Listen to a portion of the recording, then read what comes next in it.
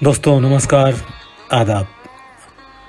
उर्दू, मैं और शायरी का एक और अंक लेकर मैं आपकी खिदमत में हाज़िर हूँ। उम्मीद है आप सभी खुश और सेहतमंद होंगे। दोस्तों, मिर्ज़ा गालिब के बारे में कहा जाता है कि वो अपने समय से बहुत आगे के शायर थे, जो शायद सही भी है। उन्होंने शायरी को हुस्न और महबूबा के दायरे से बहुत आगे निकल कर देखा, जो मुमकिन है कि उस समय के लोग और उनकी सोच से बहुत अलग और बहुत आगे की बात थी। अपने बारे में शायद गालिब को पता था या गुमान था कि वो कुछ हटके हैं, कुछ अलग हैं, औरों से अलहदा हैं। तभी तो वो ये शेर कह पाए, ये मसाइल तसव्वुफ़ ये तेरा बयान गालिब, ये मसाइल तसव्वुफ़ ये तेरा बयान गालिब, तुझे हम वली समझते जो नवादा ख्वार होता। तसव्वुफ़ कहते हैं अध्यात्म को, मिस्टिसिज्म को, रहस्यवाद को। इसका मतलब हुआ कि ये अध्यात्म के मसले, ये रहस्यवाद के मसले, उसके ऊपर तेरा बयान गालिब, उसके ऊपर जो तूने कहा है, जो समझाया है, तुझे हम वली समझते अगर तू शराबी ना होता। ये मसाइल तसव्वुफ़ ये तेरा बयान गालिब, तुझे हम वली समझते जो नबादा ख्वार होता।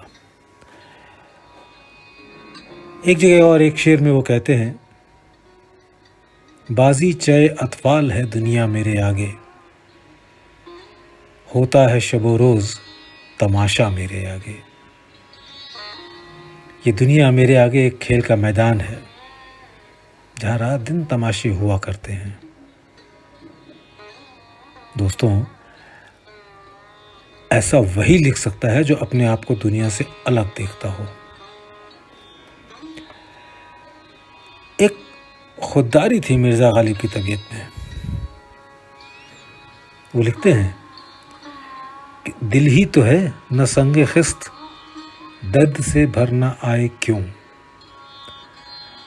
संग पत्थर को कहते हैं कि मेरा दिल संगे खिस्त, एक मजबूत पत्थर, दिल ही तो है न संगे खिस्त, दर्द से भर न आए क्यों।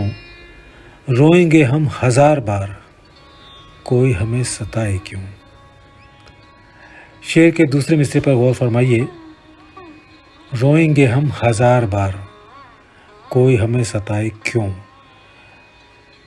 मतलब मेरे हाल और हालात पे हम रोएंगे, ठीक है, वो मेरी सरदर्दी है, लेकिन कोई हमें सताए क्यों। दिल ही तो है न संगे खिस्त।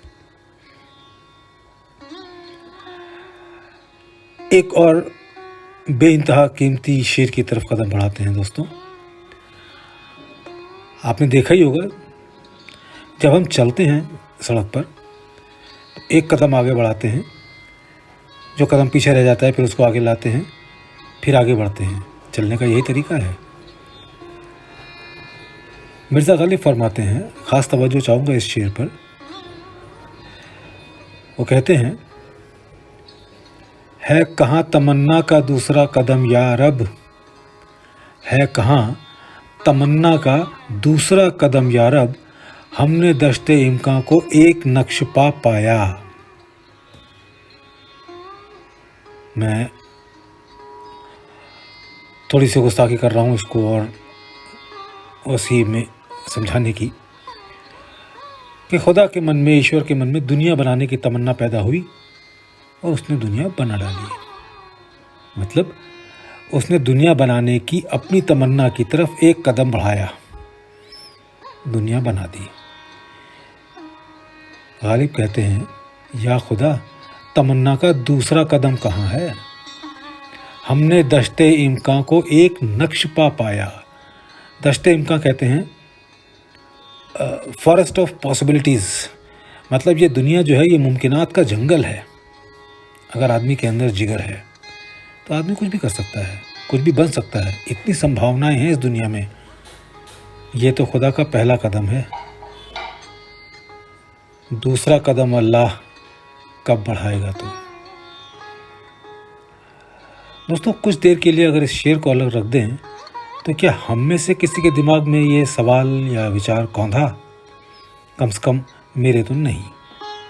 गालिब यूं ही नहीं है। गालिब का एक एक शेर कोटेशन बन गया। कहीं ना कहीं कोई ना कोई आपको गुफ्तगू के दौरान गालिब को कोट करता हुआ मिल जाएगा। मिसाल के तौर पर, हैं और भी दुनिया में सुखनवर बहुत अच्छे, कहते हैं कि गालिब का है अंदाज़े बयां और। हमको मालूम है जन्नत की हकीकत, लेकिन दिल के खुश रखने को गालिब ये ख्याल अच्छा है। इश्क ने गालिब निकम्मा कर दिया, वरना हम भी आदमी थे काम के।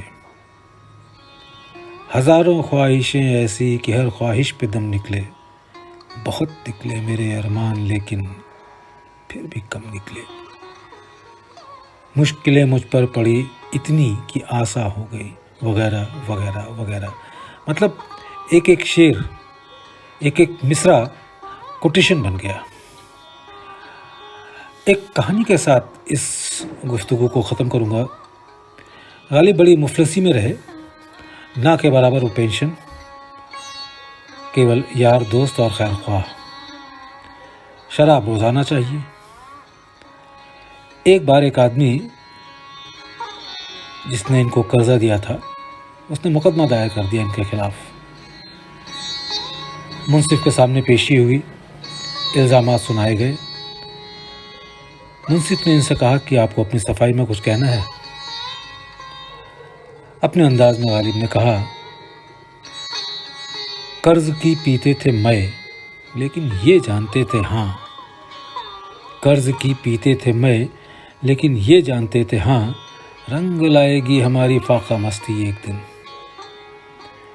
मुंसिफ इतना मुतासिर हुआ कि उसने अपनी जेब से इनका कर्जा अदा किया और इनसे कहा, आप बैठें और शेर सुनाएं। दोस्तों, यह एपिसोड आपको कैसा लगा? अपनी राय कमेंट बॉक्स में ज़रूर दें। मेरे चैनल को सब्सक्राइब करके हौसला अफजाई करते रहें। बहुत बहुत शुक्रिया। खुश रहें।